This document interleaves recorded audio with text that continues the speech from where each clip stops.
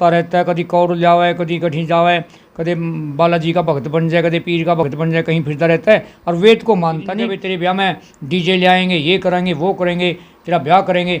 नहीं पिताजी, हम पूर्ण ब्रह्मचर्य से शादी कराएंगे और आप तक कैसे भी हों फिर भी सेवा में आपकी जरूर करेंगे। कृष्ण श्री राम दयानंद वेदों के गुण गाते थे, सत्य ज्ञान ईश्वर का है ये ऋषि यही बतला। वेद विद्या सीरीज में आज हम बात करेंगे स्वामी जितेंद्रानंद जी से। इन्होंने वेद विद्या कैसे ग्रहण की, कैसे इनके जीवन में बदलाव आया। स्वामी जी नमस्ते। जी स्वामी जी, आप कैसे इस मार्ग में बढ़े? आज आप धर्म का प्रचार कर, राष्ट्र के लिए बहुत बड़ा कार्य कर रहे हैं, यहाँ तक आप कैसे पहुँचे? मैं जब 10 वर्ष का था तो मेरा भाई मेरे को स्कूल में छोड़ आया, तो मैं 5वीं क्लास में पहुंचा। एक विचार उत्पन्न हुआ कि भाई सवाल निकाल कर उत्तरावली में मिला लेते हैं, तो मेरा उसमें भी जो दिन भर काम करते हैं इनका उत्तर कौन देगा। ये मैं एक समस्या छिड़ गई मेरे लिए। मैं पढ़ता रहा, गृहस्थ में भी आ गया, बाल बच्चे सब कुछ हो गए।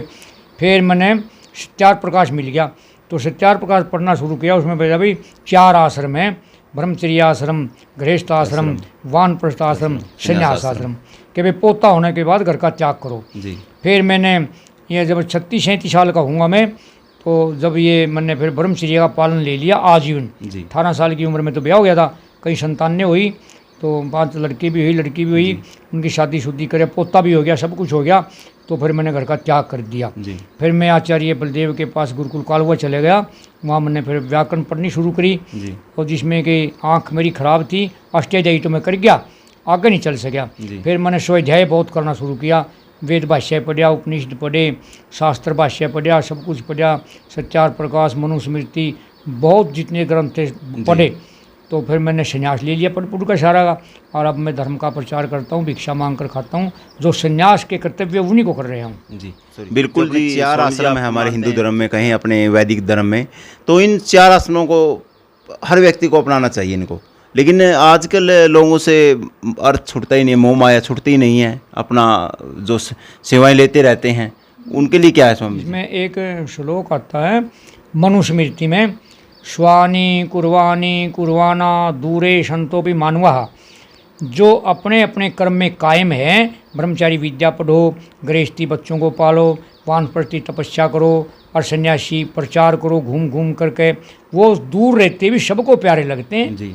अपने अपने कर्म करो। ऋग्वेद का 40 में जाएगा दूसरा मंत्र भी कहता है कि कुर्वन्य वह है कर्माणी जी जीवी शे सतम समा एवं तुम नाने थे तो न कर्म लिपते न, कि हे मनुष्य जब तक जीवे अच्छे अच्छे कर्म कर्म और बुरे कर्म मत कर। तो हमने कर्म करने चाहिए। बिल्कुल। स्वामी जी, वेद कौन कौन सा पढ़ चुके हो आप? मैंने वेदों का भाष्य चारों का पढ़ लिया, हिंदी भाष्य जी। और इसके लिए स्वामी जी, अगर कोई, मैं मान लीजिए एक छोटा सा क्वेश्चन है, हम मान लीजिए मैं वेद पढ़ना चाहूँ, तो उसके लिए क्या कितना समय लग सकता है?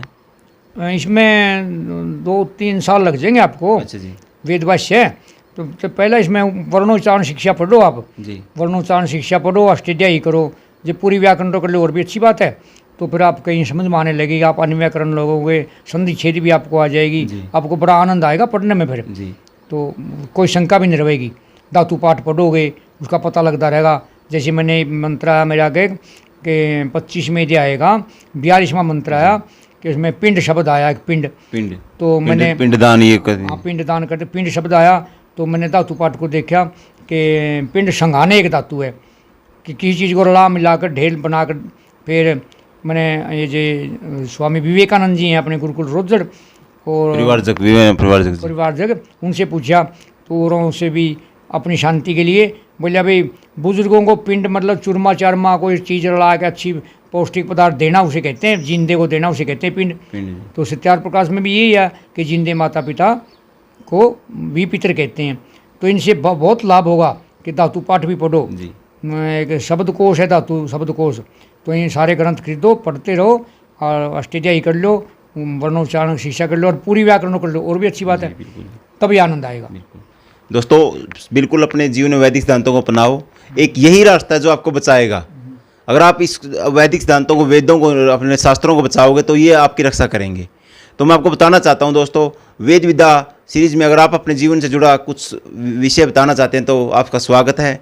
मैं चाहता हूँ आप सत्याग्रह प्रकाश तो एक बार जीवन में जरूर पढ़ें, कई बार पढ़ो। बिल्कुल सत्याग्रह प्रकाश पढ़ने तो ये समझिए बहुत गुरुदत्त जी ने लिखा, मैंने 17 बार पढ़ी सत्याग्रह प्रकाश, हर बार कुछ नया सीखा। हाँ। तो हमारे जो वैदिक सिद्धांत है, मानता हूँ वेद आप पढ़ना आपके लिए अभी मुश्किल है थोड़ा, तो आप सत्याग्रह प्रकाश तो पढ़ना ही है, बिल्कुल हिंदी में है हिंदी जी।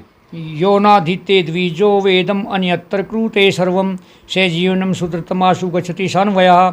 जो वेद को मानता नहीं और कर्म करता रहता है, कभी कौर जावे, कभी कहीं जावे, कभी बालाजी का भक्त बन जाए, कभी पीर का भक्त बन जाए, कहीं फिरता रहता है और वेद को मानता नहीं, वो तो मूर्ख बनता जा रहा है और औरों को भी मूर्ख बना रहा है। वो मूर्ख लड़के मरेंगे। एक श्लोक आता है, ये ना अश्या पितरो याता ये ना याता पितामहा तेन यादा सताम मार्गम तेन गच्छन् नैष्यते।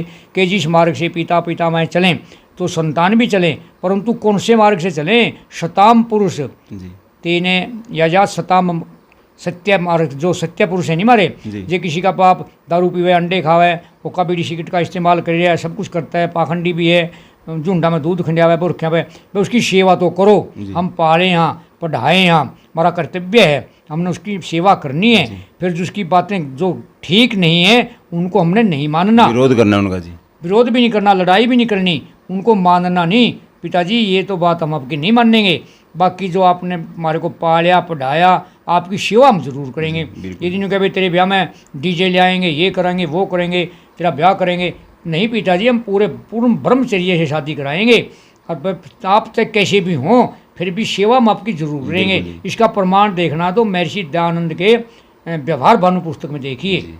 बिल्कुल दोस्तों, एक पीढ़ी द्वारा अपनाया गया पाखंड अगली पीढ़ी के लिए परंपरा बन जाता है, तो इन परंपराओं को छोड़ना होगा, तोड़ना होगा। तो मैं आपको बताना चाहता हूँ आप भी वेद विद्या को अपनाएं। जय हिंद, जय भारत।